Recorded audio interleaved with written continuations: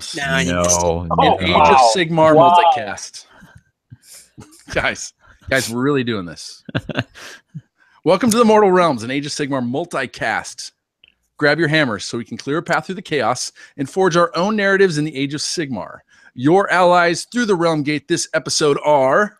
I'm Davy, and I was born to read the Etheric Winds. I'm Aaron, and I often ask myself, what's my age again?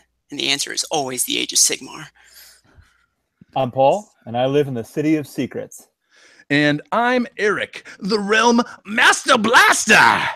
In this episode, we'll return to Shyish to talk about our local take on the Age of Sigmar skirmish system, how to really dial up the narrative elements, and then we'll discuss how the story of the campaign, our what's it called, Renown and Ruin campaign, is coming together from their perspective, not just mine. You can listen to us on iTunes or search for the Mortal Realms on your favorite podcast app. Leave us a review, or you can watch us on YouTube. Make sure to like, subscribe, and share your comments down below. So if you have anything you want to say at us about this, chat it down below and we'll respond. So how are you tonight, gentlemen? Great. See, I'm getting more excited every time. I'm going to say fantastic so I can one-up you, and then Davey can one-up you. All right, Davey, where are you going for great and fantastic, plus like 10%. So this guy? No big deal. Impossible. Resplendent. That's not, I mean, does that even... Where's your thesaurus? Is that right off camera? Just off screen. Can you spell that? Try and spell that. Resplendent. No, E-N-T, not A-N-T. Well, he kind of slurred the last vowel, so it could be whatever. Close enough. Speaking of all the commenting thing, I would appreciate if we could hear some votes on who has the best intro each time. Right now, I hate to say it, but I'm giving edge to Aaron on this one. But well, I was just going to say, I'm going to have to start trying, but hey. Hey, no, apparently you don't. You can just keep coasting. Yeah. I thought you were going to suggest best hair. Oh, well, I mean, Paul just got a haircut, it looks like, so. All of us. I just want to run my fingers through it. Yeah. So we're not gonna do any hobby stuff because we're all working on some. We'll talk a little bit about it. I mean, we should actually. Just a skosh. Just Aaron, can you tell us about your hobby? How about that? I mean, Aaron. And I'm not even gonna say I finished my brutes. I got to the point that everyone gets to where you can put them on the table and you keep telling yourself they're not done, but you never pick up a brush again to paint, like ever touch them again. Yep. So like in my head, there's stuff to do, but it'll never get done. Yeah. Right. Acceptable. I mean, they're not on double-sided tape anymore. Like this is an event. I'm not even going to recognize them. Yeah. Incognito orcs. Hey, who put these painted models on my table? You know. And then I steal your wallet. Would you say our campaign that we're going to talk about tonight has helped you get these guys accomplished? Has it been a motivator? I'd love to have a funny answer, but the answer is just yes, like period. Yes, correct. There we go. I didn't want to let you. No. That is a win. You want to hear something funny? It's because I didn't want to let you guys down. Now I'm really lost. Yeah. So since we're not going to do much, because part of it is we kind of want to take a little less time. We want to dive right into some stuff. Davy's got to get going here in a little bit. Also, next month, I'm putting a timer on this, guys. Next month, our next episode in a month. Multicast. You hear that? Yeah. Multicast is going to be the start of the 8 Lamentations. Yeah. Right. So we're starting to read that. We're getting into that. So next time we're going to have a story one, a book. So it might end up being a little bit longer. So this one we're going to try and, keep it down to 3 hours. Slim it down. All right. Davey, why don't you jump us into get started with this? All right. In the community phase, we talk about news and events that are significant to the AOS community. All right. So new stuff. What's been happening in the community? I mean, it's only been 3 months since we recorded, so probably nothing. Not a whole bunch. No, yeah. A bunch of lazy bones. All right, well, I'll get us started. So one of the coolest things I think to come out that none of us were expecting, or totally expecting, I'm sure some were, but Firestorm, the new map campaign system, came out just a couple of weeks ago. and since our last episode. A way to play, it comes with a map, nice cardboard fold-out map. It comes with peels. I ripped mine already. Ooh.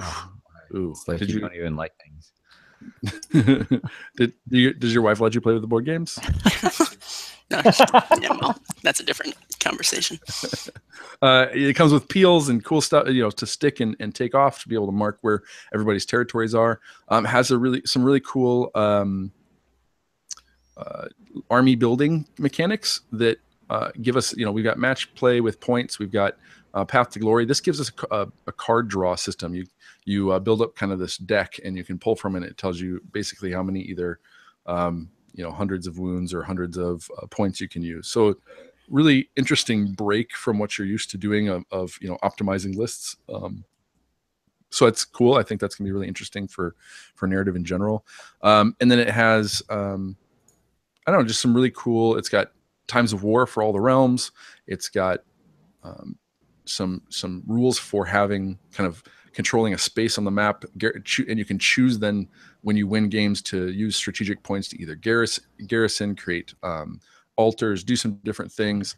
And I think what I've seen, those strategic points, they're somewhat informed by some of the command points, some of the stuff that we've seen in 40K. So what I like about it is we're seeing a little back and forth. Like obviously the new 40K was heavily influenced by Age of Sigmar, but now we're seeing some of the return things, like some of the things they're like, hey, this is working for this game, we could fill into that. So they don't have to be replicas of each other, but if something works in one, they can feed it back to the other, and they can do it in different formats. So it could be, instead of entering the core rules, they say, well, let's spice it into this campaign system or whatever. So the cool. Stratagems are something you can use during the game.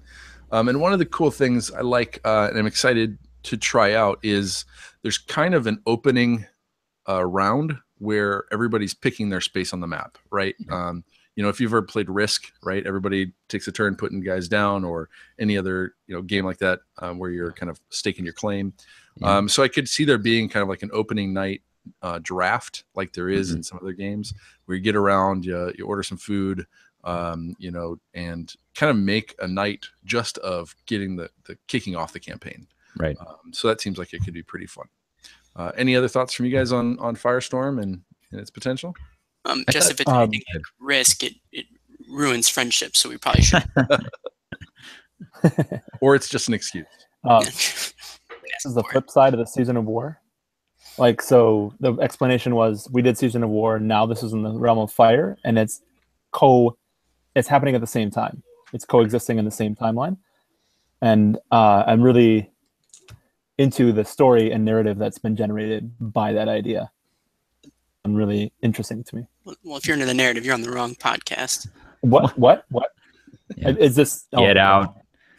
I thought the coolest thing on it was, and I'd heard about it, but then I saw it in person, was pretty wowed by it, is the map with the, the quote unquote stickers. The peel and stick. Yeah, the peel and stick thing. Like, just a really cool looking, high quality map. A lot of the other campaign systems, you either had to create your own, or you've had to use, hex tiles, like the Mighty Empires. Very cool.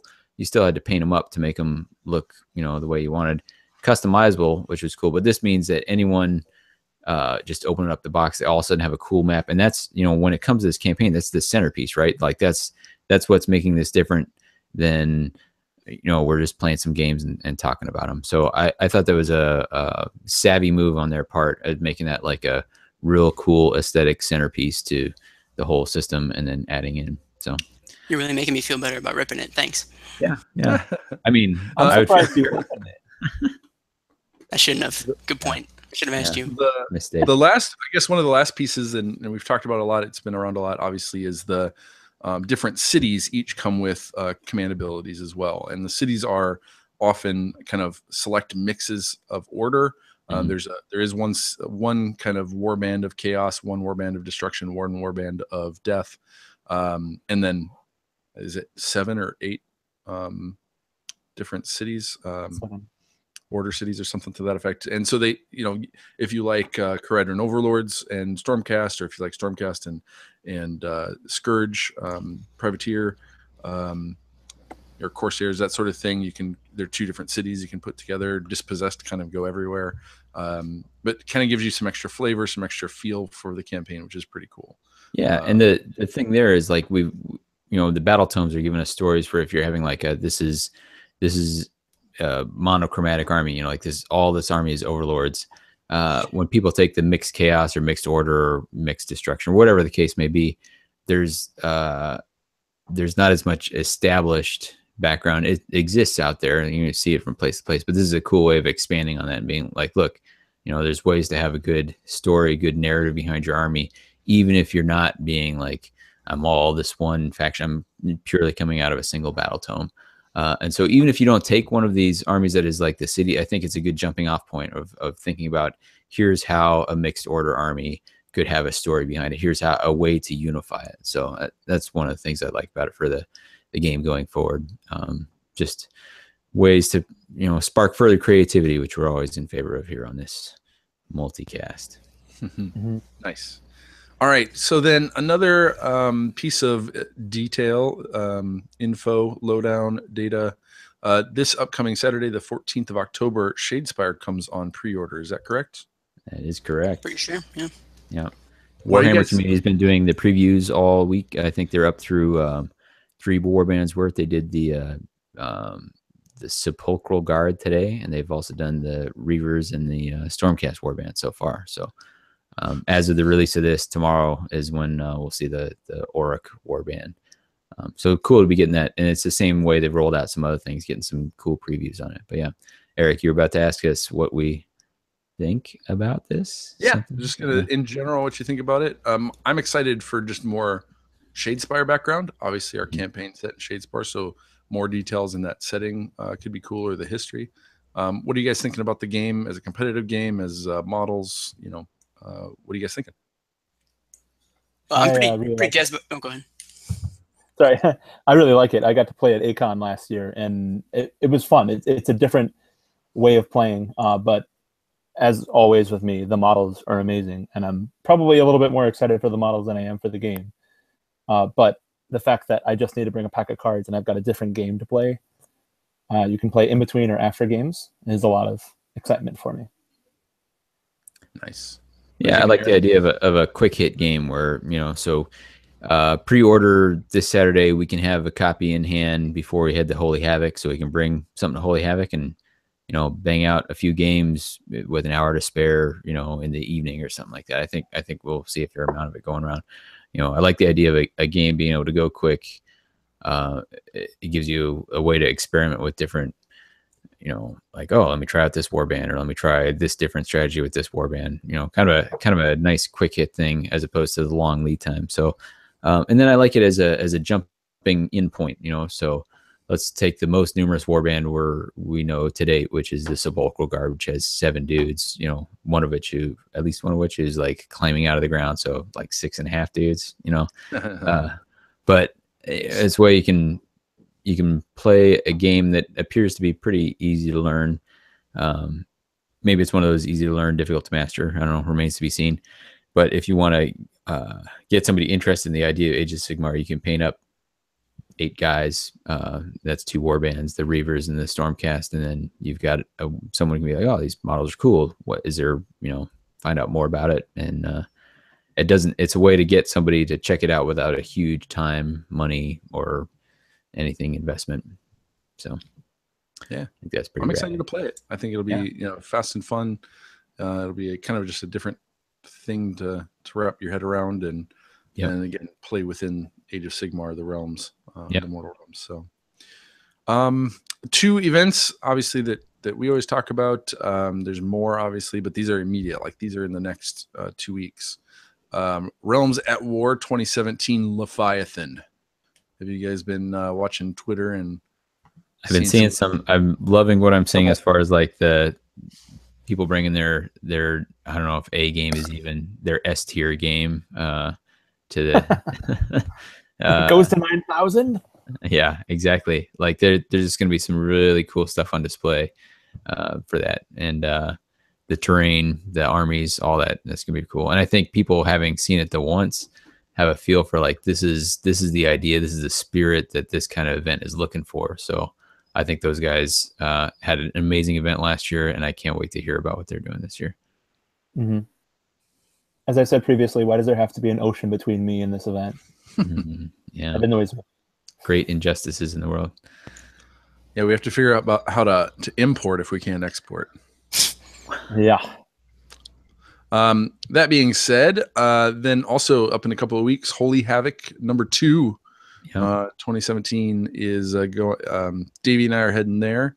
Yeah, we're playing an odd couple, Caradron Overlords and Soul Blight, because we can. Soul Flight. Soul Flight. Yeah. Almost all flyers. That's gonna be kind of fun and cool and interesting, and it'll just be cool hanging out with a bunch of people. See the hobby turned up to 11, and tons of cool armies and that sort of stuff. So sweet bros and brodettes. What are you most looking forward to for this event? I'm looking forward to actually trying out the Overlords. I think the first game, skirmish aside, I think the first game I'm going to play, it's going to work great. You should listen to all the things I have to say about tactical advice in these games, Eric. Like I literally pair with Davy because he's the tactical one of the two of us. Yeah. And my enduring memory from last year is like the way I ignored his advice, and I'm not the one bringing this up. I promise you. I'm not even. I mean, you're just like passive aggressive. No, passive aggressive wargamer. So I'm looking forward to playing. I jokingly call this. I started calling this my annual shame parade because Eric's like hobby is way cooler than mine, and then I'm bringing Overlords, but also Tom from Warhammer Weekly is bringing Overlords. He's got this amazing display board and super cool conversions. I'm very proud. Like some the Overlords I'm bringing are some of the best painting I've ever done. They're not crazy on conversions, but I really have gone all out as far as like the highlighting and the freehand and stuff. It's to an extent that I've not done before. So I'm proud to bring what I'm bringing. However, like the caliber of people in the room is gonna make it a little gross for me to be going around. But I'm looking forward to just playing games for a couple of days, and not having to worry about anything else except hanging out with people I like and playing some games. So I don't know. Yeah. What about you, Eric? What are you looking forward to? It's the same. I mean, it's these are all quite a few like-minded people that are into creating cool armies, doing a lot of conversions. It's kind of, for me, it's the one that's of all the events, it focuses the most on hobby, focuses the most on display boards, on story, the boards that we're playing on. And I'm only doing this a couple of times a year. So that's really where I want to spend my time. And so, that's what I'm into. You're going to have about 48 to 60 hours uninterrupted Davy time. So, I mean, yeah. Davy time? That's what we call it. It's just that's what Dave and I call it. Term just came up with. How much of Davy time is cuddling time? Yeah. I mean, Big Daddy Mac wargamer. No, that's cuddling time. Yeah. I'm sorry. They're the same thing. I gotcha. No. They're different. Davy time. It's called Davy time. Cuddling time is called cuddling time. You know this, Aaron. Don't act boy. That's not what we call it. Yeah. I mean, you can have both at the same time. That's not what I'm saying. I'm just saying they're not. It's not an innuendo. I see. Oh no, yeah. There's a Venn diagram we can come up with here, but we'd be here all day. So let's keep moving on. All right. Any other community stuff that I missed? I'm sure there's plenty more. Well, there's got to be. The last 3 months, absolutely nothing. No GHB, no anything. No GHB. Oh yeah. No, GHB. Oh god, we skipped that whole thing, didn't we? Yeah, we were gonna at do this point. Our hot take on GHB would be like not even lukewarm anymore. It'd be like, chilled. I still haven't sieged. So, yeah. I gotta siege. Sometimes a man's just got a siege. Yeah. You're saying you're under siege? Is that what's going on here? No. Ooh. Oh, I get it. Under siege. Yeah. Yes, tell you what, paint up my dreadhold and we can siege whenever you want. Yeah, I'll work on mine. We'll combine Aaron's dreadhold with my dreadhold, and we'll have a siege in 2024. I'd prefer if we didn't combine them though. What? So 2026 is what I'm hearing now. Just aesthetically. You don't want his scenery to touch your scenery? Yeah, please no. Does it have cooties? Is there Warhammer cooties? Is that a thing? You never make them touch. It's like we're a little slap happy tonight. It's like we never talked before. What's going on here? It's been 3 months. Yeah, sure. We hung out last week. And we're going to talk about that next. It's true. All right, Aaron, why don't you jump us into the story phase? Guys, let me tell you, in the story phase, we delve into the stories, characters, creatures, and environments of the 9 realms. Whew. Period. All right. So tonight we're talking Renown and Ruin, which is the campaign. Well, it's the campaign setting and some rule add-ons to the skirmish rule set. And specifically, we've found a name for our campaign. It's called The Trail of Fears. Obviously, it's set in Shadespire in the realm of Shyish, and we did some setting of it before. Just real quick reminder: Shadespire is it's the remains of a city that had risen to some great heights. Its ego. The ruling class prolonging their life and capturing their own souls into shade glass so that they could continue ruling long past death. And Nagash was having none of that. Not only did he smite the city, he smote it into non-existence or shadow of an existence between realms, the realm of shadow and light. And so that the game Shadespire, the competitive game, it takes place in that ghostly realm or ghostly city that's, halfway between 2 realms. Our campaign is happening in the ruins, the remains of Shadespire. And the setting wise, it's been a recent thing, and recent in Age of Sigmar could mean a millennium since it's happened, but like the amount of people that's actually been able to get in there, it's kind of like the gold rush. We're right at the beginning of that. Some people have come in, some people know what's going on, or at least, have gotten in and been around for a couple of weeks kind of thing. So we want to talk more though. That's the general setting. Why don't we talk more? Go to each of you guys, talk about your warband. Obviously the hero is at the core of that. You can work off of the Renown sheets that you've been using to kind of remind you of some of the things that you've written down, which is a nice handy thing to have, if you ask me. Some of us have been using them. So why don't we start with Davy? Why don't you tell us a little bit about your warband, your hero, and kind of why you put this warband together for this campaign? All right. So what I like, there's a cool thing with when you're doing some of these fantasy settings is figuring out what touchstones you have that you can bring it back to.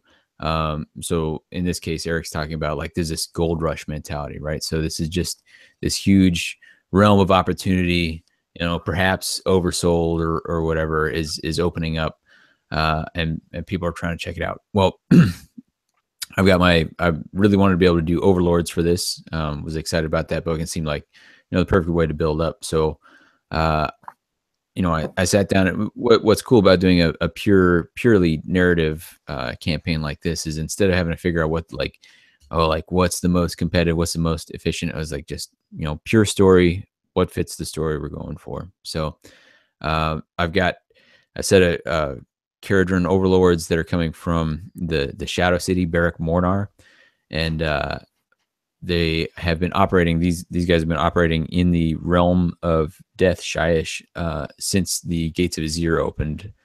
So really not that long, although at the time it's probably maybe 100 years or something since the Gates of Azir opened. So, but still in the realm of things, relatively fresh.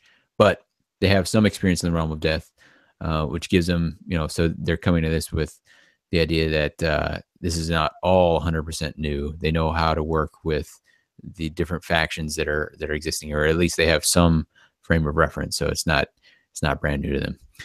And I'm having it being led by this navigator, etheric navigator. He's Hroder, and then nicknamed Zaki, which in Dwarvish is crazy dude. Hroder, Zaki, Skyrot is this guy's name.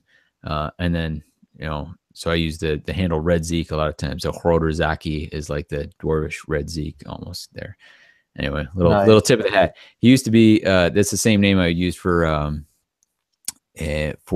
Rune Lord back in 8th edition. Just decided to import that here. Anyhow, so the canny overlords and the especially canny fighters from Barrack Mornar, realizing that the real wealth here is not the shade glass or what treasures have been found here, but Shadespire used to be this huge trading port, right? Like it was this nexus of economy and trade and industry, like coming from all these different realms. And so you could get, what was left behind, or as this now is available again, like people can find it again, it could become that same a new nexus. And if you can control the trade routes into it, like the idea of being like, who controls the path to it, controls the city itself. So they're coming in. The spice in this situation. Yeah, the spice. No, who's coming in here? If you can figure out how to control the routes, then you control all things going forward. So sacrificing some short-term game for the long picture is what they're going for. Anyway, is that the excuse? For why I'm not doing well? Is that? No, I'm just kidding. No. So they're coming, but Eric's introduced this idea like there's something preventing flyers, so I can't just like land a whole bunch of ships in. And this is explaining why there's small teams coming in, and they're trying to not, because they're like, hey, we have this idea that it's going to be very advantageous to us if we get in. So they're looking for centers of information, like centers, anything that might tell them where the old realm gates were or trade routes or anything like that, but they don't want to advertise what they're doing. So coming in these small teams. So it's Navigator coming in.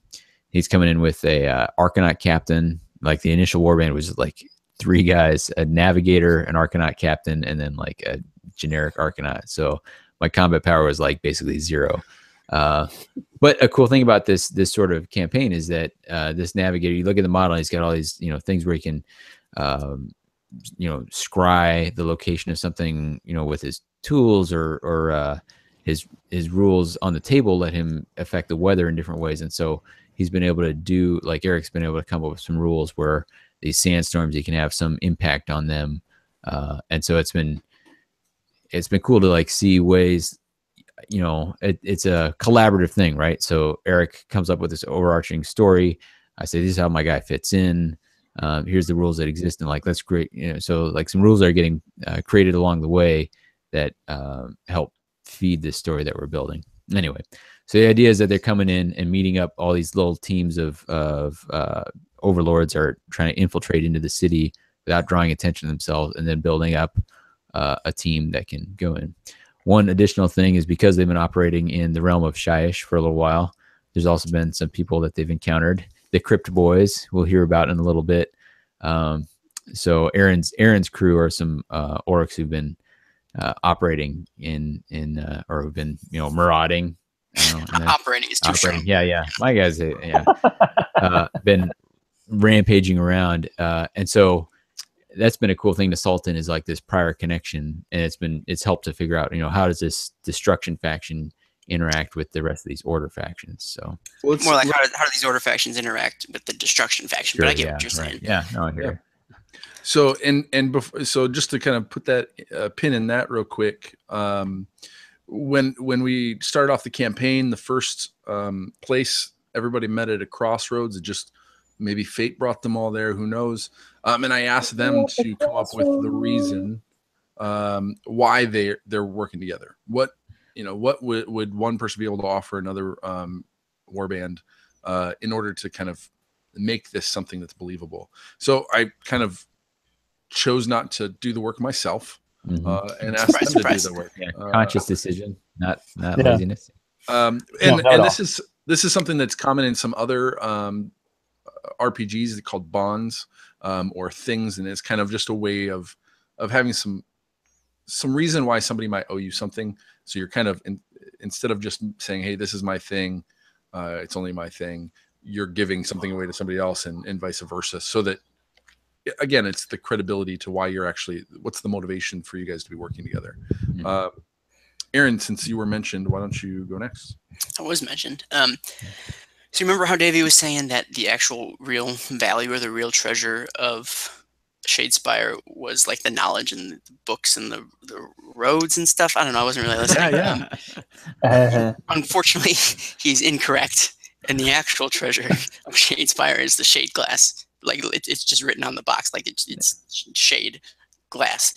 So my warband is Tarvis Boriker and his merry band of other Crypt Boys orcs. So the Crypt Boys are also native to Shyish. They're black in bone, and their spiel or their shtick is that they fight and they maraud and they duke it out, and their goal, I guess, is to collect different like bone trophies. I mean, trophies in general, but it ends up being bone for the most part because where they live, and they start adorning the armor with different bone conquests and trophies that they've won off of either other orcs or the beasts or creatures or denizens of this particular realm. So Tarvis and he started off as his two allies, friends, cousins. They don't really know. They don't really keep track of stuff like that. Morik and Stom were basically the best trio in their local Crypt Boys group. They'd beaten everybody that ever challenged them. They triumphed over every challenge that faced them, and they were running out of things to beat up, to put it simply. Might you say they had laid down some sick beats? I mean, they might be. I think you're onto something right there. So they'd. Now I'm just befuddled by that sweet pun. But yeah, so now they're looking for new challenges. They're looking for new opportunities to really stand out. Because I mean they're just bedecked with all the trophies that one could possibly carry. But bedazzled? Well, no. I mean, not quite. I mean, it's bone. I mean, both. But the shade glass is going to be sparkly. Okay, that's more of a bedazzling. You've touched on a good point. Everybody in the Crypt Boys, everybody's got bone accoutrements. Everybody's got bone trophies. They're looking for a way to stand out even further, beyond just their martial prowess. So, David mentioned in the past we've had some dealings with his Hrodar. His overlords, and I don't know if we ever talked about this, but I'm just working under the assumption that Tarvis heard about Shadespire. I mean, it's relatively, I'm not going to say well known, but he'd heard of it before. But talking with the overlords has really encouraged him and inspired him to head there himself to try and find some repository, some store of shade glass. Hopefully he can beat up some fools to obtain it, so that he has an appropriately impressive set of trophies to bedazzle himself, so he can come back and really stand out. And that's not a thing. Yeah, we could go bejewel. Well, I mean, why not both, huh? Little from column A, little from column B. And so this is the bedazzler. This is the bejeweler. Like I'm thinking jean jackets with rhinestones. Sure. Oh, do I have to model that? I don't know how to do that. Yeah. A rhinestone cowboy? Appreciate that. I mean, you could probably do it with that pirate zombie guy that you're making. He's kind of got like a jean jacket on. Totally. Spoilers. So what else? So he's getting there. He joined up because he sees Hrodar and he recognizes a certain level of I don't know, not proficiency, but he knows where he's headed. So he's like, all right, I'm going to follow that guy. And as you found out, their goals are, although lead them the same place, are different. So he doesn't have to necessarily fight them. They can have a common cause. And to the victor should go their own respective spoils. And so he's along for the ride. Like I said, he's sort of defeated any challenge he's come across. So he no longer is really necessarily trying to prove himself by like conquering folks that he sees sort of beneath him. So I think that's been a little bit of a theme here, is that he's not going out of his way to fight people. He's trying to find appropriate challenges to the caliber that he thinks of himself as. So this is his deal. Nice, awesome. Go ahead. I was just going to say to kind of jump in with some lore again. Not everybody's heard about it. So the fact that you bumped into, the Davy's crew and orcs had learned about it, some other orcs might know about it. There's, let's say like individual heroes in Shadespire, there's maybe 1,000 of them, from across the realms. They've got their own war bands or armies or whatever. But it's not, this place hasn't been like flooded, and there may be more people that know about it, but it takes a long time to get here. Sure. Like just the idea that the realms are so vast. So the time it takes for the secret of Shadespire to get across the realms and for, adventurers to come back here. And I think one of the things I said too is, this is kind of like a prospecting town. People of all different types are coming here. So this is a melting pot. This is something where you probably wouldn't find the people that are just there to go to war. There's going to be people of different factions, different alliances that are going to be a little bit more reasonable to deal with, I guess. At the same time, they're protective of their thing is the treasures, right? The things that they're going to find here, not war. Maybe it's going to help them later in the bigger scheme of things of alliances, fighting chaos or whatever. Interlude. All right, Paul. I got to step away real quick. Okay.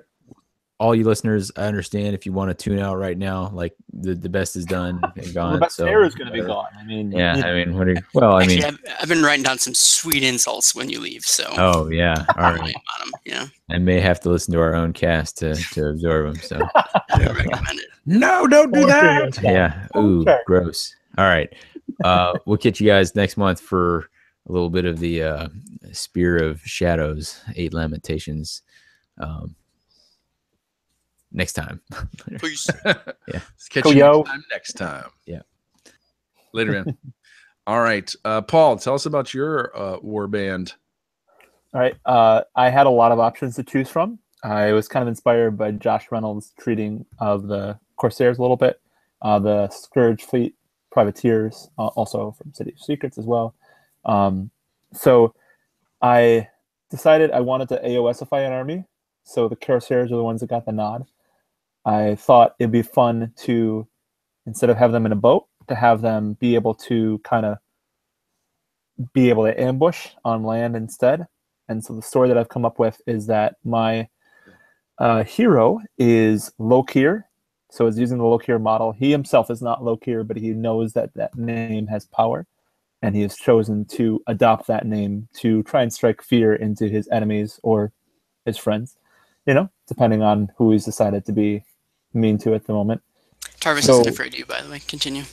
Yeah, well, he's a terrible drummer, so, I mean, I'm not going to go out of my way to deal with a drummer, right? No, he's not. He's a great drummer. Continue. You're not even the lead singer. I mean, like, maybe if it was the lead singer, I could be like, maybe I can kill the band. But the drummer, who cares about the drummer? If you're a good enough drummer, it doesn't matter. Continue.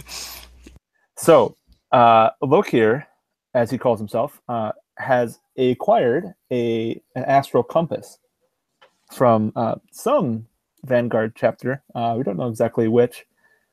He also acquired a couple other things from that Vanguard chapter. So he's got a couple ether wings and some Griffhounds. And this particular astral compass is actually made out of shade glass, and it's been speaking to him a bit. He just recently realized that it's speaking to him, not just his own brilliant mind, making connections. That's happened through the campaign. So the AOSifying of this army is that they're actually stealing things from the Vanguard army in order to run ambushes as the Realm Reapers, as they were. So it's a lot of Dark Elves with a little bit of Vanguard sprinkled in as well. So Lokir is my hero. I have six of the Scourge Privateer Corsairs. They're not the same 6 that I started with. They disappeared mysteriously. But I have killed them. What? He killed them. You don't know that in game. You don't know that. We're not in game.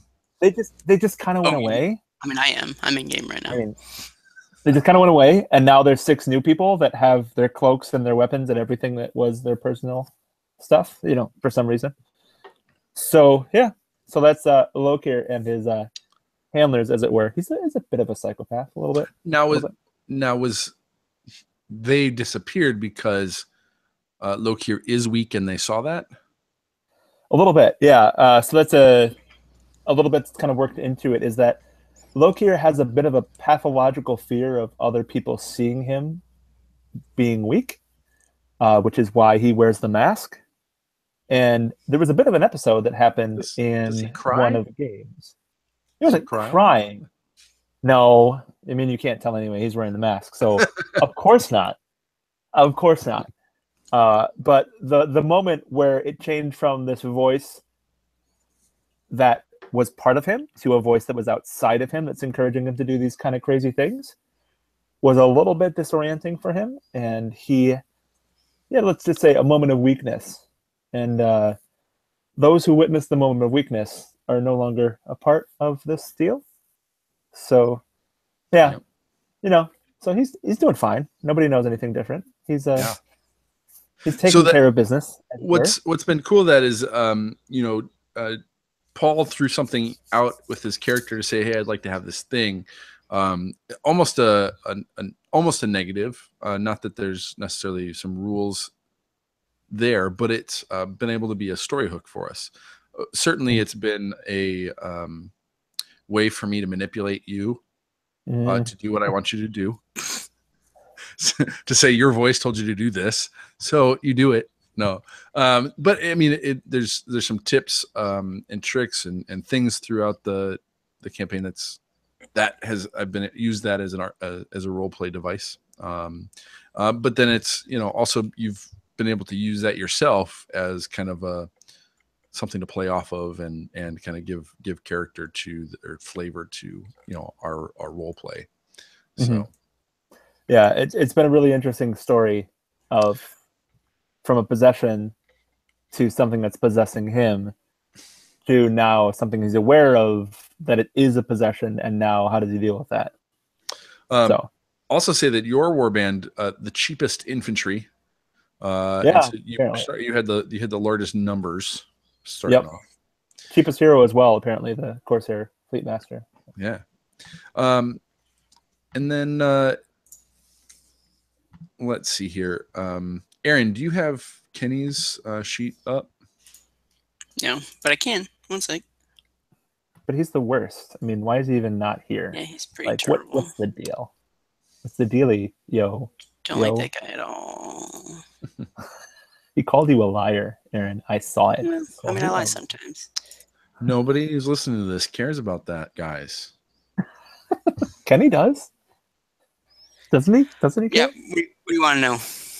So just tell us a little bit about Kenny's warband, another elf faction, but with some other kind of interesting stuff thrown in. I'll be the judge of that. So he's got this lore master, Ampharius, and so as I understand it, he is motivated by a desire to prove himself to his father. So he's an elf. I feel like they are a proud, or an elf proud people. So his goal is to bring back powerful artifacts and treasure, as I think most people are from Shadespire. So because of I think he's a bastard. So due to some scandal around his birth, he was never really fully accepted. And so this is a way for him to, I guess, buy into his father's good graces, and sort of both proving himself, but then also create his own legend, bring back some wealth, some his own wealth, I guess. Yeah, exactly. So he's got a kind of motley crew along with him. So he's doing a little bit more of a mixed order deal. So he's got a sword master who's. So if he has a motley crew, is there also like a drummer that fits into this whole narrative? I mean, quite possibly. That's a good point. We should dig into that a little bit. A little bit.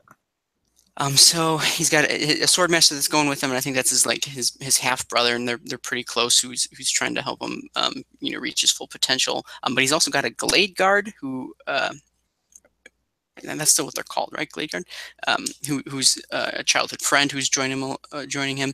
But then he also has a butler skink, which I don't have a better way to put it. That is what it is. So I don't know how he got him, but the point being is he pulls from this assortment from sort of all walks of life. I mean, especially if you're a skink,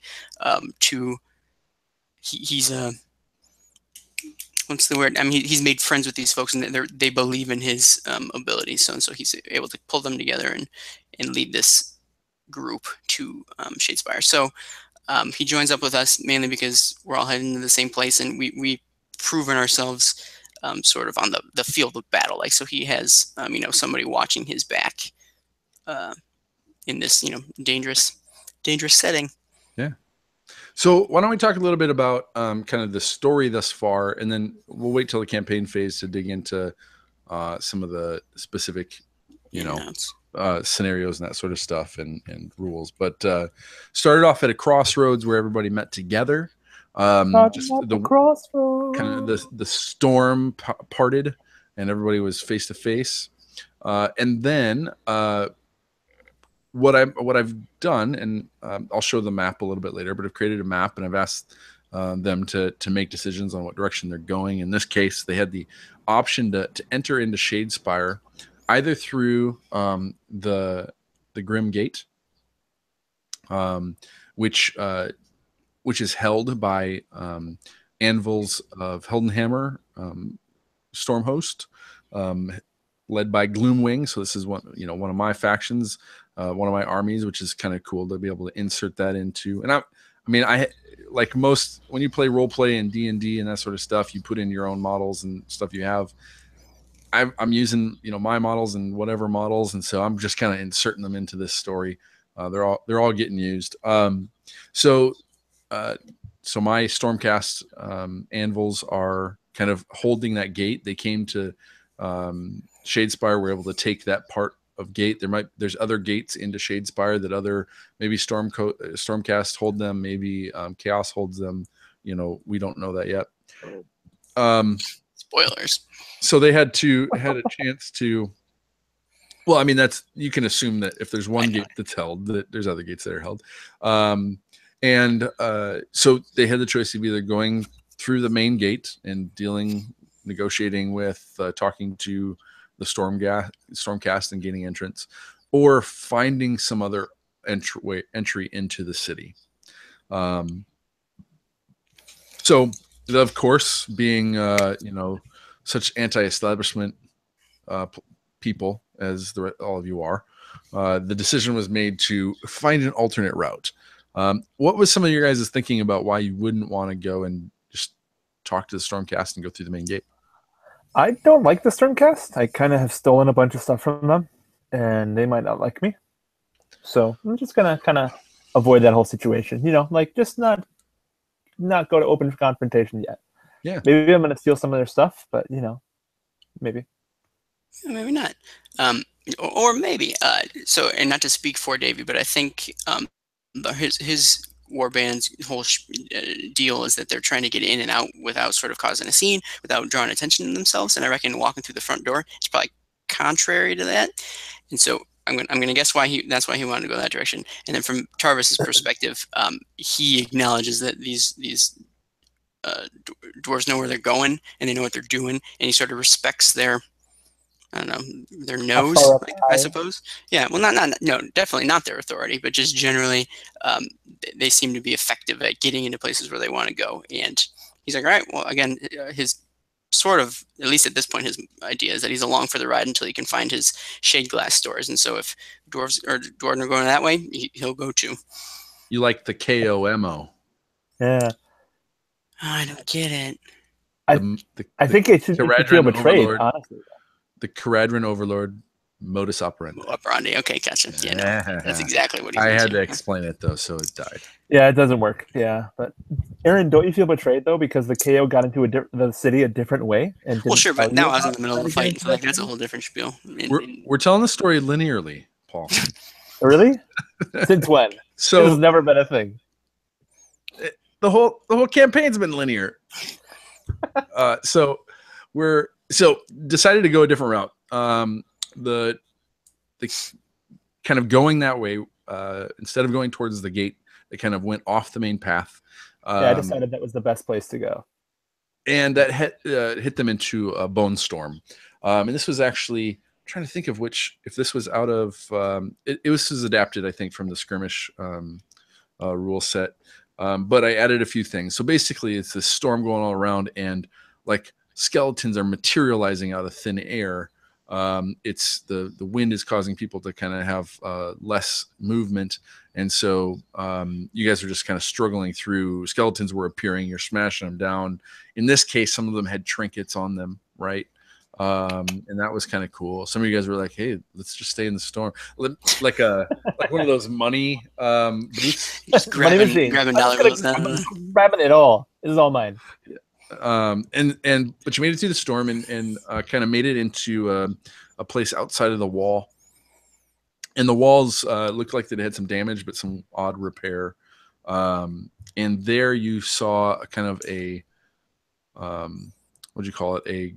A well. Right. So, but you wouldn't have noticed that first. You noticed a bunch of skeletons. Oh no, they didn't appear right away, did they?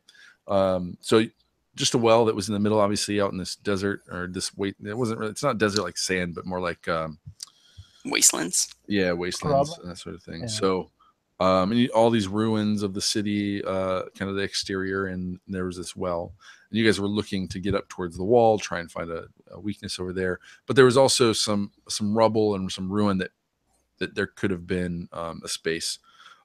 This one you kind of searched around for a space, but as soon as you got close enough to the well, skeletons came up out of the earth and stood in protection of the well. And instead of just going about your business and finding a route in, you decided to go in and kill some more skeletons. Was the right thing to do, right? Like, we had to get to that well. Well, not necessarily. It was non-negotiable to me. So that was your this is one of those places where your shade glass ether compass and the somebody who's inside of there, whatever entity, spoke to you and kind of told you to go towards it or to find something there, if I recall. That's correct. And what did you guys find at the well? It's a big piece of glass on the top, and there's some chain holding it down, and yeah, there was a mess that was made. But what did you find? Was it the lady? The disembodied spirit of someone's former lover, not mine, but someone very closely related to me. So you're so cryptic. Come on. There is a woman, a Cataphron, which is the name of the ruling class that had once lived here, that the Gash smote. And she was trapped in a piece of shade glass in this well. And she had been trapped there, and you didn't know exactly why, etc. You freed her. She spoke to the being inside of your shade glass compass, made some connection, and then disappeared. Yeah, there was a bit of a moment there because that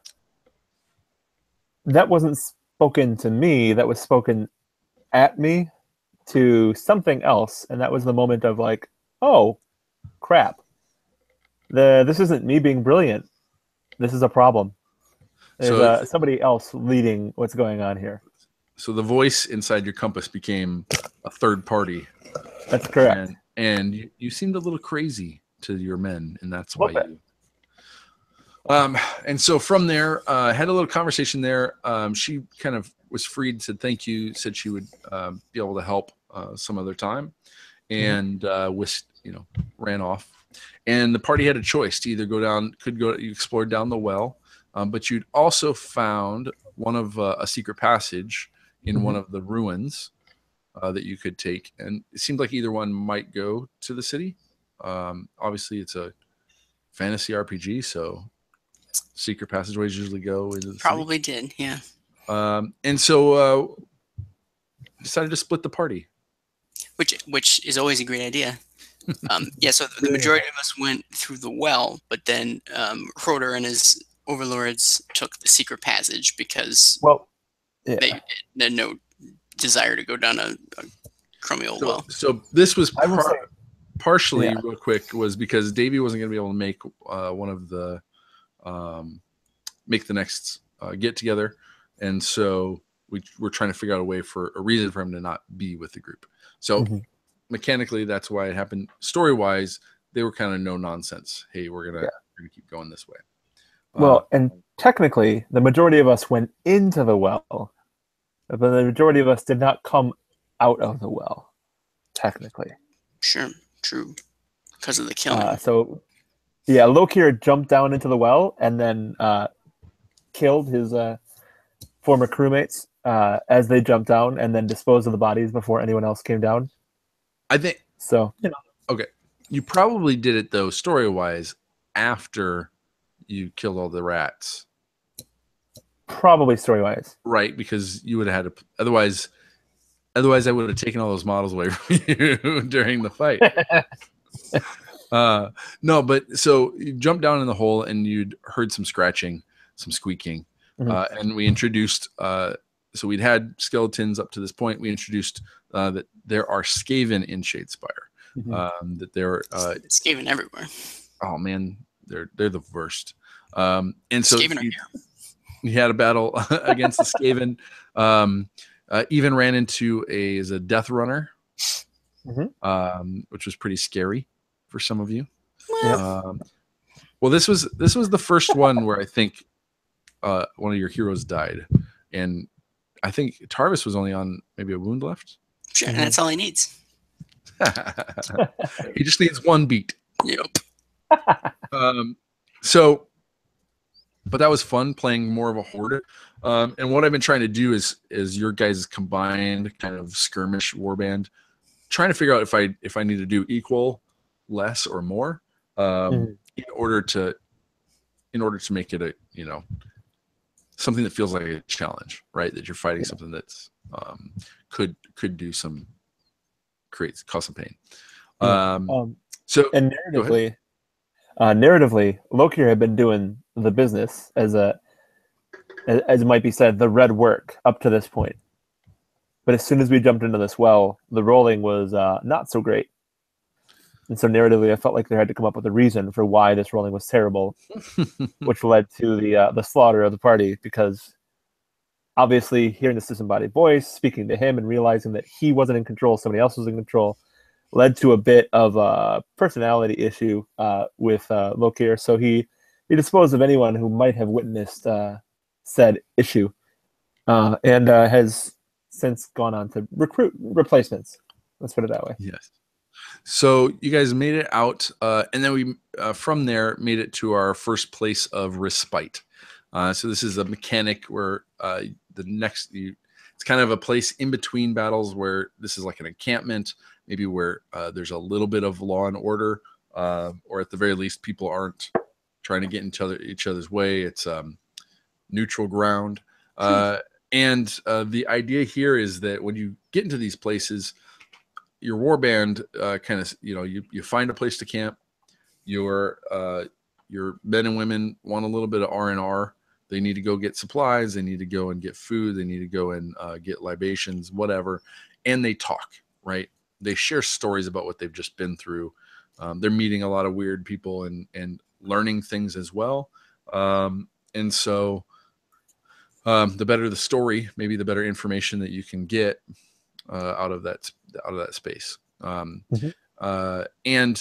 that's where you can recruit. That's where, you can add more members to your party, or maybe find some quests, find some things like that. So you came upon the Grim Exchange, which is the market or the meeting place, the bazaar, just inside the gates held by the anvils of Heldenhammer, the Gloomwings.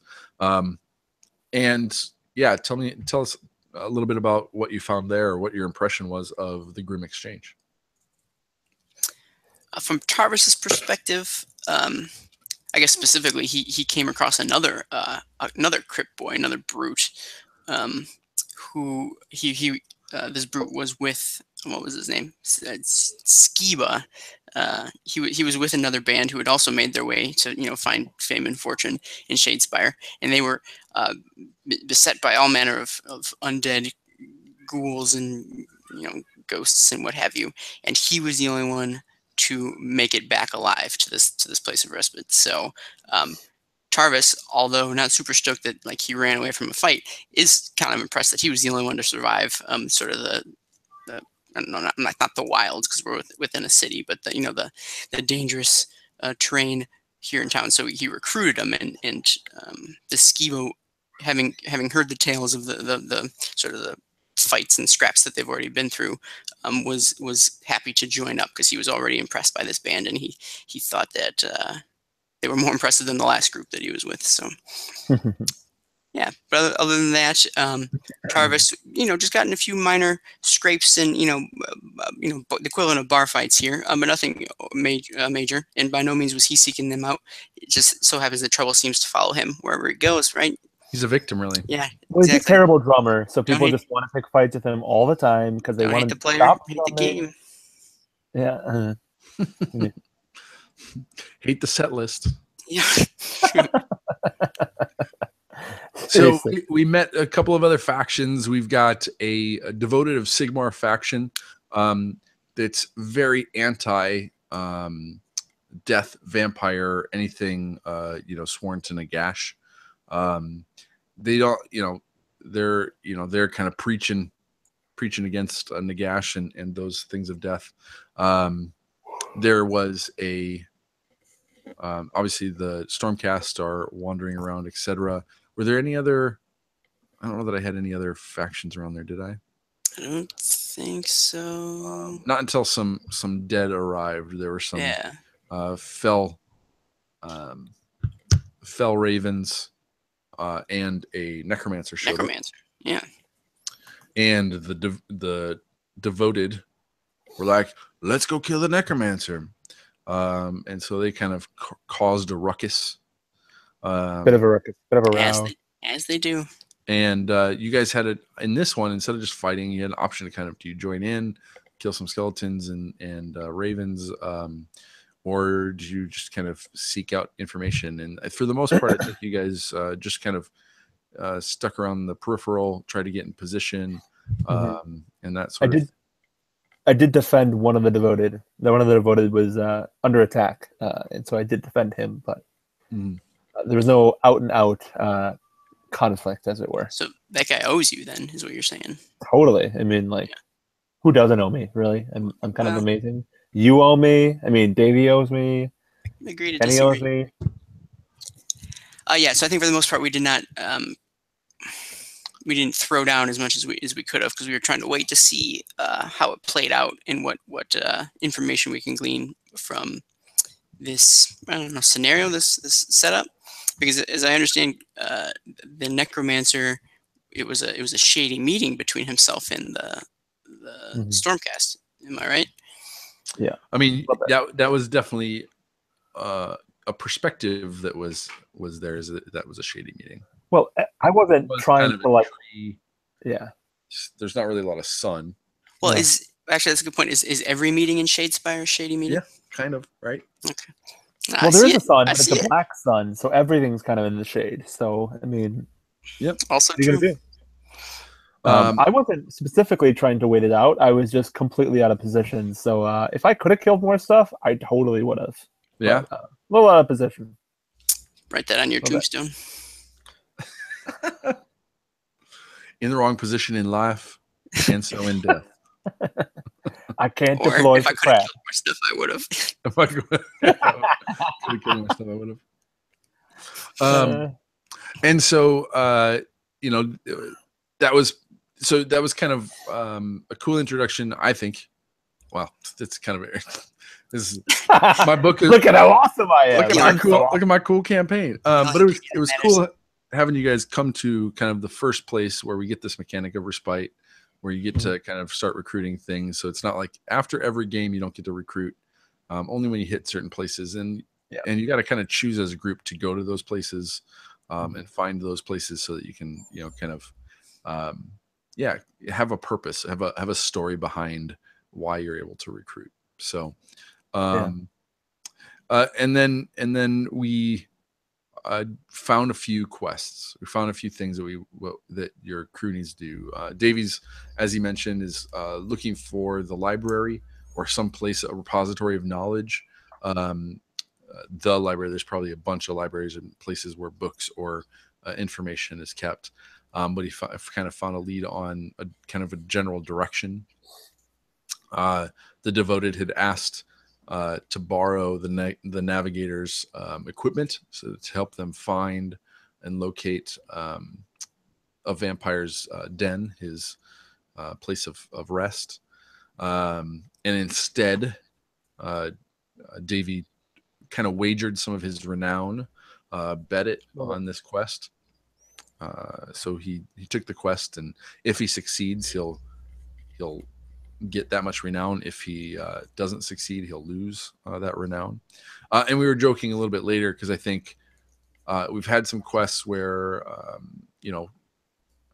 we've had you get more points for killing things. You've had other quests where when he's missed he's missed an event, so he's down a little bit on renown. So this could be a way for him to kind of jump back up, etc. And you're kind of getting a sense of what some of the faction lines are, and they're a little blurry. They're not the same as you would expect. Like the Devoted, you'd expect the Devoted and the Stormcast to be best buds, but you see that the reason the Necromancer was meeting with the Stormcast is the Necromancer came and reinforced the wall. Some of that weird reinforcement was kind of the necromantic control of bones to seal the gaps and holes in the wall. And so he was doing some mending. So there's some alliances there between the Gloomwing anvils and a Necromancer of death. So lines are not cut and dry, black and white, right? Again, everything's a little gray around here. I'll allow it. Now we have played a little bit since then, but I think let's just end the story. Let's share that much of the story. Once the next thing that we're working on again is trying to explore these quests. If you guys like this sort of recap and this sort of thing, let us know below, and we'll do some more of that in the future. We could do it in different forms, etc. So if you have ideas, thoughts, if you're on YouTube, leave it below. If you're listening to us on iTunes, then reach out on Twitter and find any of us and let us know. All right. Anything else you guys want to share about the story so far before we jump into a little bit of the campaign phase? Just I'm not sure where this fits in, but they switched out the 6 Corsairs for 6 new models. Personally, I'm a little intrigued by the idea of not necessarily have 6 Corsairs sitting around waiting for you to. So my Corsairs are a bit more kit-bashy than everybody else's army because in my head they're basically just cobbled together from people who are willing to work with Lokir, as it were. So he's sort of taking my original some rabble and giving them cloaks. Pretty much. I mean, like, yeah, you guys are Corsairs now. This will be fine. It'll be great. Nice. All right. Then, Paul, why don't you lead us into the campaign phase? The campaign phase. In the campaign phase, we explore how the plastic hits the table. Rules, scenarios, new tactics, and narrative campaigns. All right. So there's kind of 4 parts that we want to talk about here. And we'll go through them, what we like, what we don't like, etc. But I want to talk a little bit about the skirmish gameplay, the rule set, and how we're liking that. We've adapted it a number of ways. One, because it's a multiplayer game, we're using kind of a triumph and treachery activation and kind of way of playing it out. We are using a map. I'm not sure I can show the map here, but I'll be doing because just the accounts I'm logged into. But I don't know, Aaron, if you could, I don't know if you're able to well, we'll worry about it. I'll be doing another video on kind of the behind the scenes on the game, another Renown and Ruin episode. So we're doing a map. We can talk a little bit about that, and then kind of the RPG elements of it, how we're incorporating role play and that sort of thing.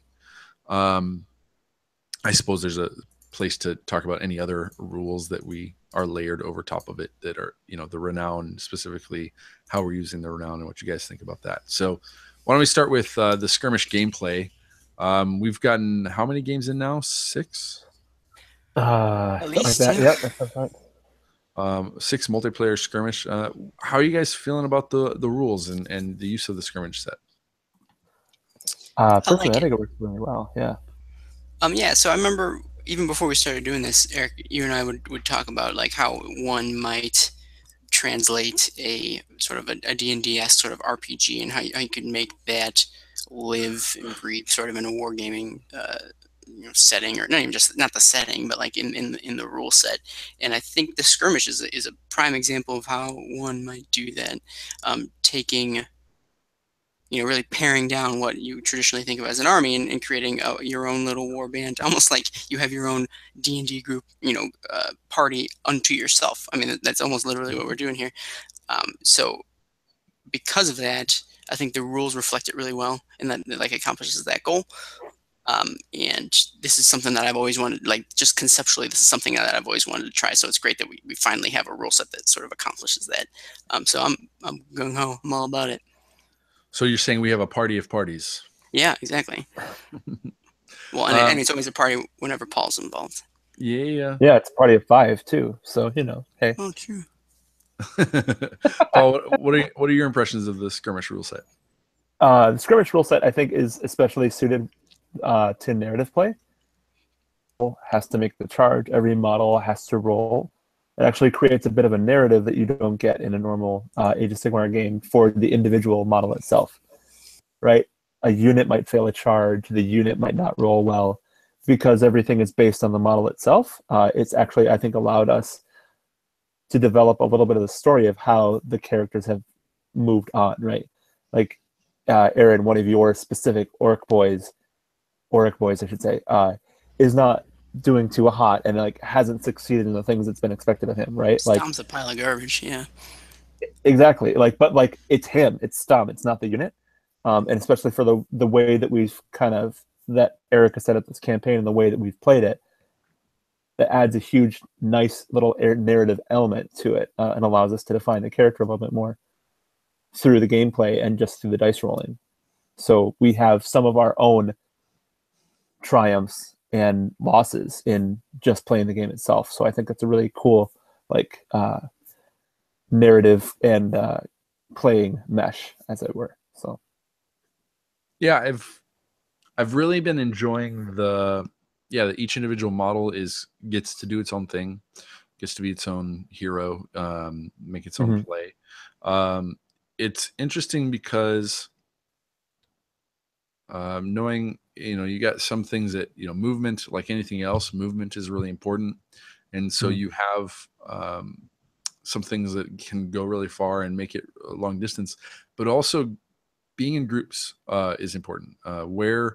When any one of you have had a model that's straight off beyond the warband, and even like specifically Davy's, if he's kind of stranded behind because he's not as fast as other ones. Also, his models don't have as high a movement. And I got it. So it's been like some oh shit moments, because he's without other heavy hitting, and so that making sure that you're kind of in groups, that you kind of have each other's back, so you can put multiple attacks, because one skeleton, one of anything that only has one attack doesn't seem to hit the odds. It always seems like you're rolling low and you're missing a ton, compared to being able to roll a bunch of dice and you get some hits out of that. And so staying together gives you a little bit more better chance of taking on the bad guy, and that sort of thing. I think it's also. Go ahead. Sorry, I think it's also interesting that like Aaron and Davy have chosen to stick with the sub faction, whereas the rules for skirmish do not require that and don't give you any benefit for that. Whereas Kenny and I have what? I said the rules of Aaron do. There's a lot of rules of Aaron that might not apply to the rest of the players in this group. It's like the rules of one. But Kenny and I, on the opposite side, have decided to spread out to the Grand Alliance in general. So that's been an interesting thing in the skirmish rule set that some of us are exploring and some of us aren't. That's also added to the narrative a bit. How has it been as far as I mean, we've been playing 4x4 boards. We've been playing with the, you know, a lot of terrain and that sort of stuff. It works really well with a load of terrain on the table and creating, I mean, whole cities or parts of cities and stuff like that. That's what I really like about it too, is that like you're down to alleyways and, you know, little cutoff points, and, you know, you can have them running, you know, one can run around this side of a building, one can, you know, a model can run around that side of the building and do pincer moves. What? Right. So I think, I mean, I love how it looks on the looks on the table. I think it's hard. You know, one of the things was hearing, Six Dice Skills talking about was it's hard to film that, right? It's not easy to film because you've got, you know, from a top-down view, it's hard to see who's what, right? You don't have masses of things to create that are easily identifiable. But down on the table, down at eye level, it's just feels quite a bit alive, you know? Yeah. And I think that really adds to the narrative as well. There's one of the interesting things. Go ahead. Sorry.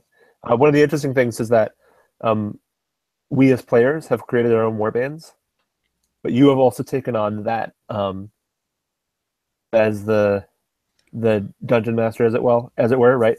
Like you are using the combined realm master, sorry, the combined renown to form your forces, but you're also using the skirmish rules for their forces, which is like it's definitely a choice, right? You could just be like, well, this unit of skeletons is going to move forward, and I'm going to swamp you, right? Which would be more of a, I don't know, like a nameless, you know, movement, or like a shambling horde, as it were. But since you are also using those skirmish rules as well and moving individual models, it makes for an interesting, I don't know exactly what word I would use, but like difference, right? As opposed to playing, as it were, you playing an AOS subfaction and us playing warbands. It feels a little bit more disjointed because you're rolling for every model every time. Yep. Instead of being more of this like faceless horror that's just approaching us. Yeah. And it does. Yeah. Well, let's talk a little bit about that because we're using the Triumph and Treachery rules. And, you know, so yeah, you guys have, let's say you have 100 renown of models.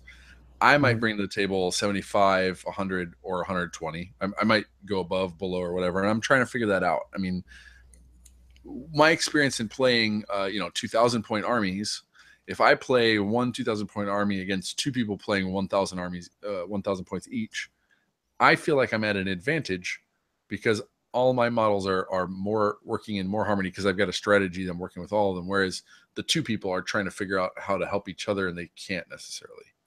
Right. And two armies of two different factions aren't going to synergize the same way of one army of one faction is. And so in the same kind of way, if I'm playing a horde of Skaven, right? You know, they all synergize together. In my opinion, that if I played the same point level, that my concern is that I would overpower you. Yeah, but you could always pull your foot off the gas though too. I guess we don't need to get into it, but well, and that's one of the ways is to pull my feet off the gas is to lower the point level, right? To take fewer points. In one of the games, I had, you know, with the skeletons in the storm, they were coming on certain rules, so they weren't like you're only dealing with them sometimes. So that was a real low comparison. With the Skaven, they came in waves, so you never had to face the entire warband at one time, in one go. And then there's some scenarios where you didn't even have to, where the combined other models on the table may or may not have been enemies, right? Depending on what you did, you could have upset the Stormcast or upset the Death or upset the Devoted, right? Well, but because you've used the skirmish rules, it's also meant when you charge into combat, I'm fighting my combat and Aaron's fighting his combat, and like our combats don't actually have an effect on each other, except when it comes to rolling bravery. So it's the number of models that are killed, and that affects the bravery of the whole force, as opposed to simply the bravery of the unit. So it allows us to be able to have our own narrative and play our own narrative while still cooperating as a whole in each battle, which is like definitely a choice, and it's an interesting narrative choice because I don't have to participate in order for you to not lose. I can just simply sit and defend myself, which is, what Lokir would probably be really good at, and more figuring out what I want to do. And so that allows us to have more individualized goals, as opposed to if you were facing this like numberless horde, you would have to cooperate in order to actually defeat it, right? Sure. So it's an interesting choice.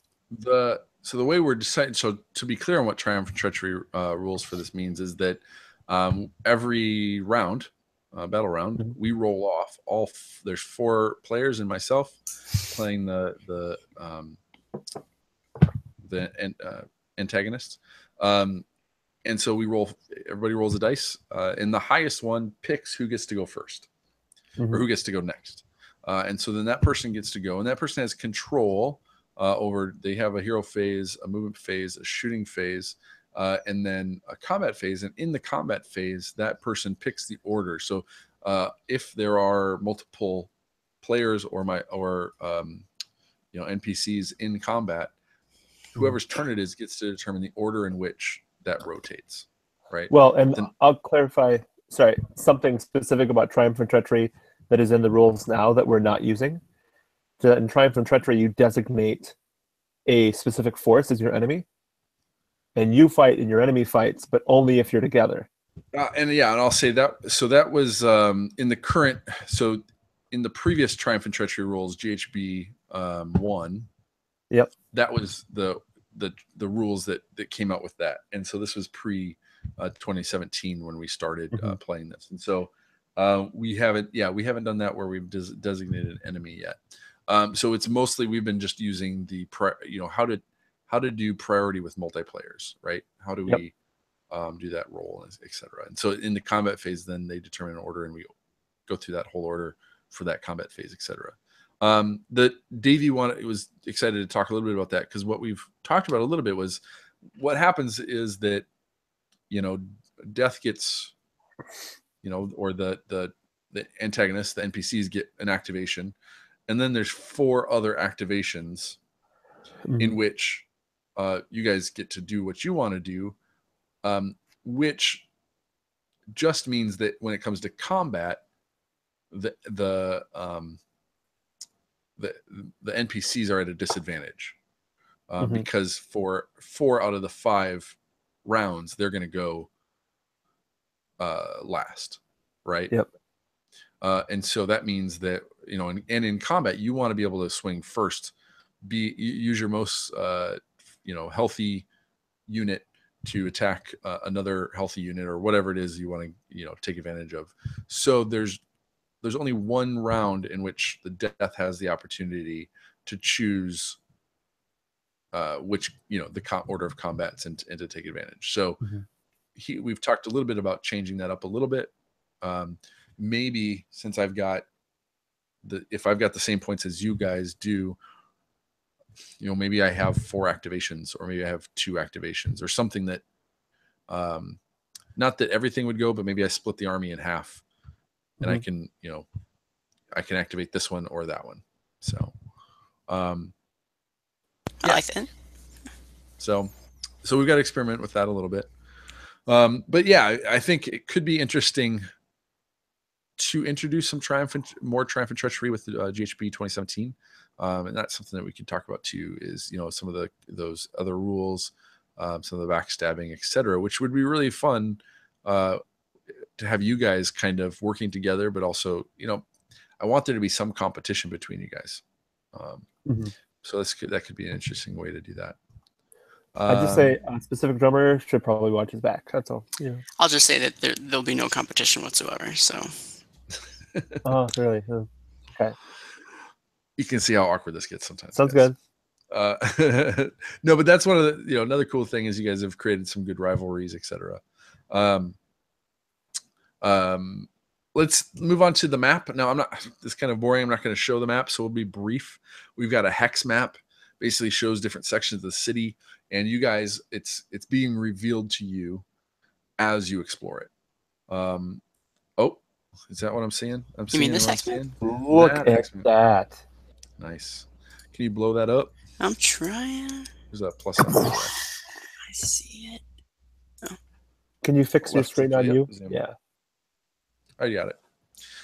So what we've gone through, this is kind of the places that they've explored so far. The Dusk Crossroads, as I mentioned, going through the storm and then to hitting the well. Now this storm could appear in different places. So, if they decide to go back out outside the wall and I could bring that storm back out. The well, yep. And that brought them into the Grim Exchange. So if they wanted to get back outside through that well, maybe they could, etc. And then they've chosen to now go from the Grim Exchange to the southeast. And what's nice about a hex map is that it's kind of a meandering southeast or southwest or northwest or northeast or west or east. Like north, south are really the only like straightforward cardinal directions. Everything else is kind of a meander. The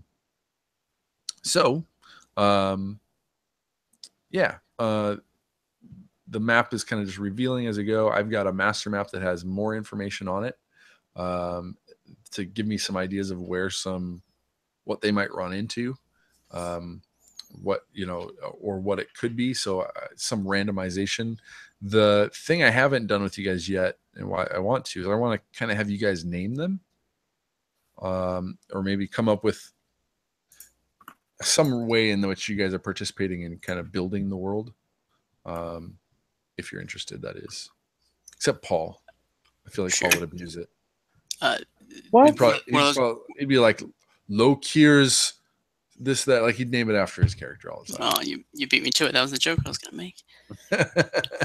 Well, I mean, if it's true, right? Like, I mean, I basically have rescued the party time after time after time. So, Indisputable.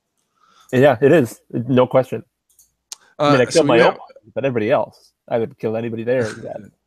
But this is how I kind of shape the encounters. So if you go south, if you go west, so from the Grim Exchange number 23, if they go to 24, that's prettier. If they go to 22, or if they go down to 32, they're going to get a different experience. We're going to tell a different part of the story. There's going to be a different enemy for them to fight. It's going to be a different scenario.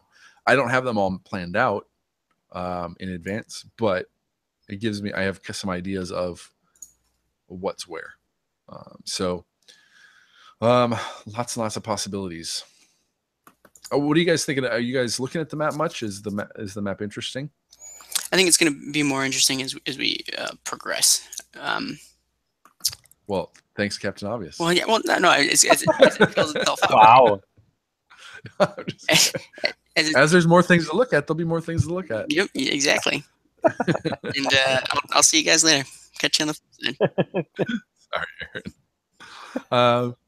All right, so that's the map. So we're using that as a way of kind of moving around things. There could be some opportunity down the road for so like I said, the Stormcast kind of own a certain area of this. They control it. That could be a definable characteristic, and there could be some things that allow. Ooh, how do I stop? There you go. That allow you guys, your war bands or something, to control certain areas, or weaken somebody else's control over an area. That could be pretty cool. And then lastly, I guess, is the RPG elements. The thing that stands out the most to me as far as RPG is obviously the kind of back and forth that you guys give to each other. While you're fighting, you can, you make jokes about, the drumming or about when you're making decisions, who's kind of backing who kind of stuff. And then when we were at the really the respite, the places of respite, are another opportunity for us to kind of just talk through, like, what would your character do? What would your warband do? What are you looking for? Who would you ask? Who would you talk to? And there's NPCs and Kenny had a kind of a question that I helped him with. He was like, okay, my guy, his motivation is he wants to find the coolest loot. We needed somebody in the group who just wants to find the coolest loot. And so he asked around town. And I was able to just say that, you got a bunch of different answers, right? You got a bunch of different things. And sifting through that, maybe two things seem like there's some credibility from different accounts. And so that gave me, just opened up the opportunity to give a couple of quest points. And one of the things I'd forgotten to do at one point, I gave Davy had a quest that he wanted, something he wanted to pursue, and he gained a quest, and I put them both in the same direction. Sure.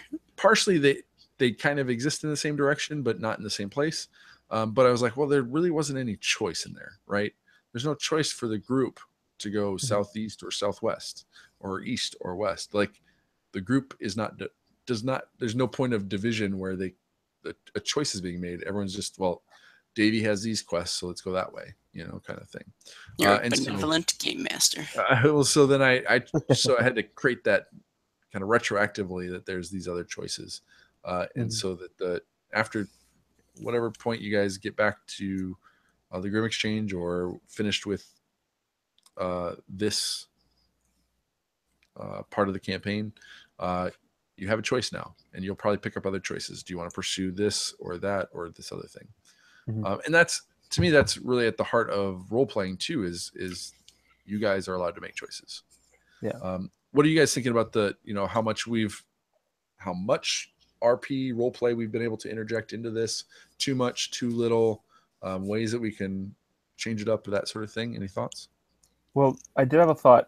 It's not quite an answer to that question, but just the way that you've set up the tables, right? You have a specific idea in mind of the role that the city itself plays in our adventures, right? So it's not like, oh, we've got these 5 pieces of terrain and we're just setting them up in a different thing and being like, this is what it is, or this is what it is. Like, you're actually creating a setting itself on the table itself, which to me always adds a lot more to the character of the game and a lot more to the character of our heroes, right? Because I'm not just going to go walk into this building that we've played with 5 other games. I'm going to go into this specific tavern. I'm going to go into this specific wall. Like, we're going to fight in this specific place. And instead of just being like I'm going to tell you what this place is like, you're like, no, I'm going to create this on the table with what we have, right? And so that's been a real nice addition, right, to the role-playing itself, because for me, being able to visualize it is never as good as being able to see it. And I have to play with that a little bit. We have X amount of terrain, and it does have to serve dual purposes. And so I have to kind of say, okay, this isn't necessarily what you're seeing. It's more than, or here's what's around it, or I can't model in a few weeks everything that would be unique to that setting, that part, that space on the board. And so we start with what we have, and then we use story and words to build upon it, in imagination. Aaron, you and I have been talking a bit about this. So, is this have what? Yeah, no, I think we've probably hit a sweet spot in terms of how much RP we're dealing with, because it's enough that it is very much reminiscent of the different like RPG campaigns that I've run before. But at the same time, it's not so overbearing that we're losing out on some of the unique opportunities that playing like a war game, or a sort of pared down pseudo war game. We're not losing the opportunity to sort of integrate that into what we're doing, because I feel like that could have been lost. But I like the fact that we're still being fairly, I don't want to say rules heavy, because that would bog you down too in a different way. But we're sort of adhering to the game part of the game, but covering it in sort of a complete narrative wash. I guess I'm looking at my paints, which is why I think that. But that is just a unique way to go about it. Even the most narrative of events doesn't offer this many decisions or opportunity to, like, I don't know, sort of use your models as a stand-in for yourself. And I've always been looking, like, again, I said it earlier, but I've always sort of been looking for this opportunity or this type of game. So I'm all about it. I'm loving it. Well, and what I would add to that is, because we are using the skirmish rule set and we are using the triumph and treachery rule set, right? There's a lot of dead time in there for most players, right? Because when Aaron's playing his turn, I'm doing nothing until maybe I'm in a combat, right? Plus, I don't know the rules, so it takes me forever. Well, and the thing is, you've also put on this restriction of you can't speak unless it's your turn. Well, right? a little bit, like, it's easy to get strategy. It's easy to get talking about other things while you're just hanging out and shooting the breeze. And so there's certainly a little bit of just like trying to get everybody zoomed in, focused in. I mean, every gaming group, when you're doing, whether you're D&D or playing a multiplayer game, it gets into that. So it's not a strict rule, but certainly something I've had to enforce once or twice. Guys, he beats us. Yeah, a little bit. Shoot, I'm shutting it down. I'm shutting this down. But what I was saying is that it allows us to have that space of dead time to think about what it is that our character would actually be doing, right? So instead of having to react and be like, I think this is what my character would be doing, right? You have 3, 4, 5 turns to think about, what would my character actually be doing, before you actually have to make the decision of what would my character actually be doing. Yeah. Right. And that's to me, that's actually a really valuable tool, instead of being like, I'm going to kill this thing because somebody else is trying to kill it and it should be dead. Being like, wait, no, would my character actually do that? And why would my character actually do that? And how do I actually make sense of that? Like, I mean, Aaron, you've done that quite a bit, of being like, I want these guys to do this, but I'm going to do this because, this is what I think this guy would do. And what it also has done is it's kind of narrowed our focus. So we have role-playing with all of our models, but the role-playing itself has been kind of focused on our heroes. And a lot of our heroes' judgment of what everybody else in the warband is doing. Right? Like, Aaron, you specifically talked about that. I've used that and created that as part of my story. And also, I feel like Davy has kind of done that as well, right? Like, and Kenny even, created part of his story, and this stupid skink butler, right? Like, has become an important thing. Like, even before he bought him in game, the skink butler was following him around. It just actually became a thing he could use when he gained enough renown to add it to his force. And so, while we are playing with a skirmish force, we're really defining the character of our hero and clarifying it, and figuring out exactly what that hero means. And we're using these other models as an extension of their will, which is a really interesting way of playing a character that I've never done before. Yeah.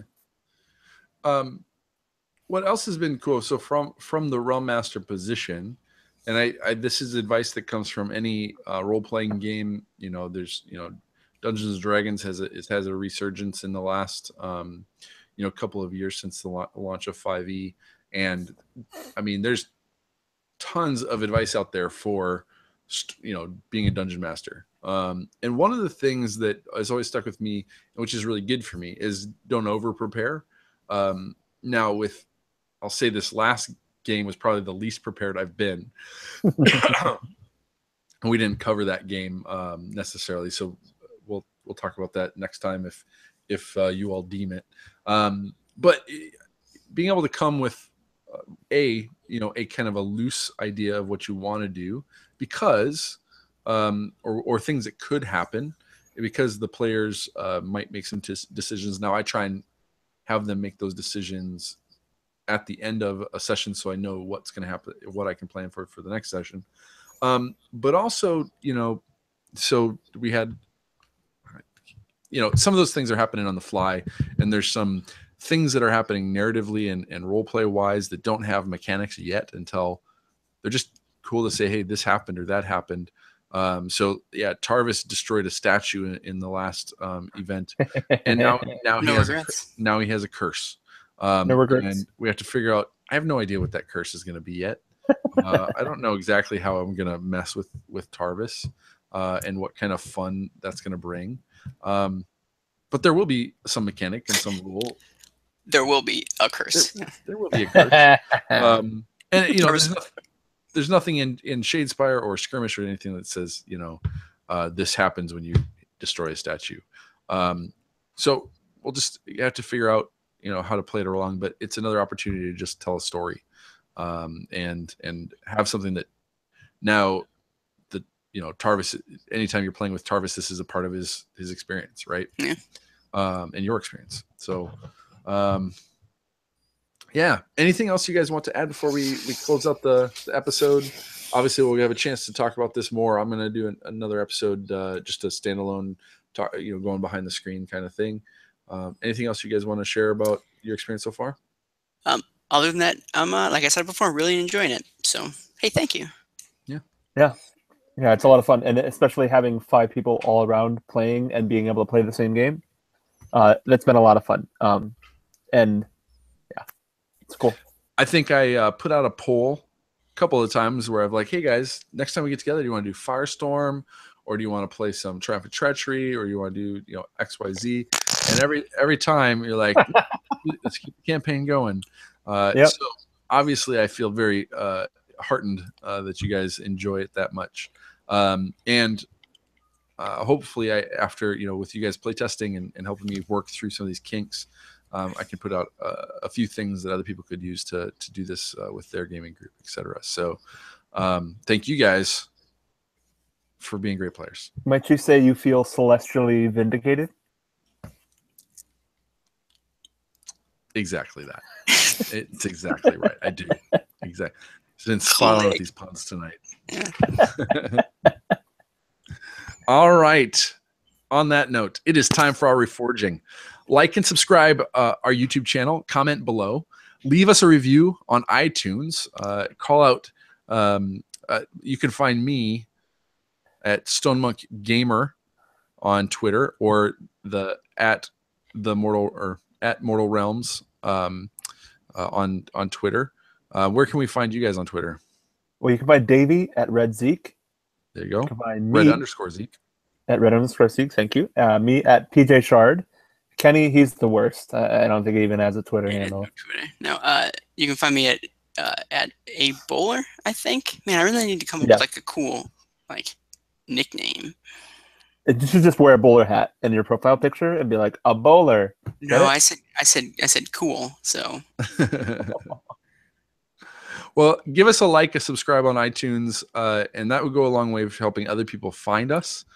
Find the show and dive into Age of Sigmar stories all the way from the beginning and now in the multicast. And lastly, if you want to support the show, we have Mortal Realms status tokens available as a free do-it-yourself printable download. Or for $15 US plus shipping, you can have 60 full-color, high-quality laser-cut tokens to help you keep track of the synergies on your battlefield. The link will be in the show notes and the comments below. So, thank you guys. And we'll see you soon.